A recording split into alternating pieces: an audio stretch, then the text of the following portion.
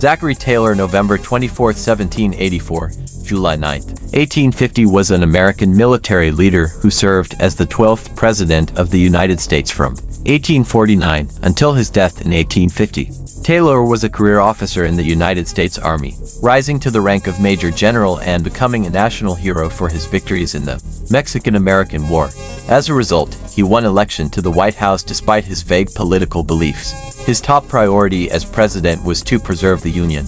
He died 16 months into his term from a stomach disease. Taylor was born into a prominent family of plantation owners who moved westward from Virginia to Louisville, Kentucky, in his youth. He was the last president born before the adoption of the Constitution. He was commissioned as an officer in the U.S. Army in 1808 and made a name for himself as a captain. In the War of 1812, he climbed the ranks of the military, establishing military forts along the Mississippi River and entering the Black Hawk War as a colonel in 1832. His success in the Second Seminole War attracted national attention and earned him the nickname Old Rough and Ready. In 1845, during the annexation of Texas, President James K. Polk dispatched Taylor to the Rio Grande in anticipation of a battle with Mexico over the disputed Texas-Mexico border. The Mexican-American War broke out in April 1846, and Taylor defeated Mexican troops commanded by General Mariano Arista at the battles of Palo Alto and Resaca de la Palma, driving Arista's troops out of Texas.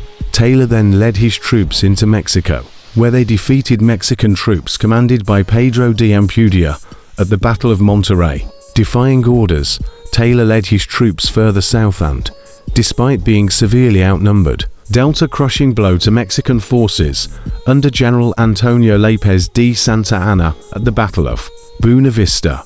Taylor's troops were transferred to the command of Major General Winfield Scott, but Taylor retained his popularity. The Whig Party convinced a reluctant Taylor to lead its ticket in the 1848 presidential election, despite his unclear political tenets and lack of interest in politics.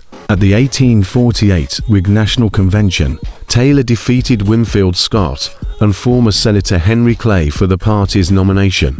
He won the general election alongside New York politician Millard Fillmore, defeating Democratic Party nominees Lewis Cass and William Orlando Butler, as well as a third-party effort led by former President Martin Van Buren and Charles Francis Adams, senior of the Free Soil Party.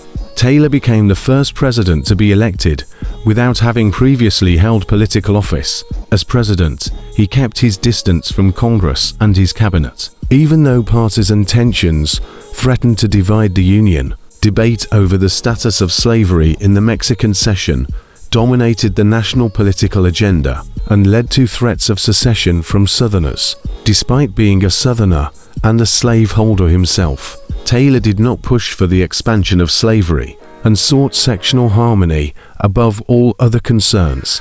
To avoid the issue of slavery, he urged settlers in New Mexico and California to bypass the territorial stage and draft constitutions for statehood, setting the stage for the Compromise of 1850. Taylor died suddenly of a stomach disease on July 9, 1850. With his administration having accomplished little aside from the ratification of the Clayton-Bulwer Treaty and having made no progress on the most divisive issue in Congress and the nation, slavery. Vice President Fillmore, who assumed the presidency and served the remainder of his term. Historians and scholars have ranked Taylor in the bottom quartile of U.S. presidents, owing in part to his short term of office 16 months. Though he has been described as more a forgettable president than a failed one.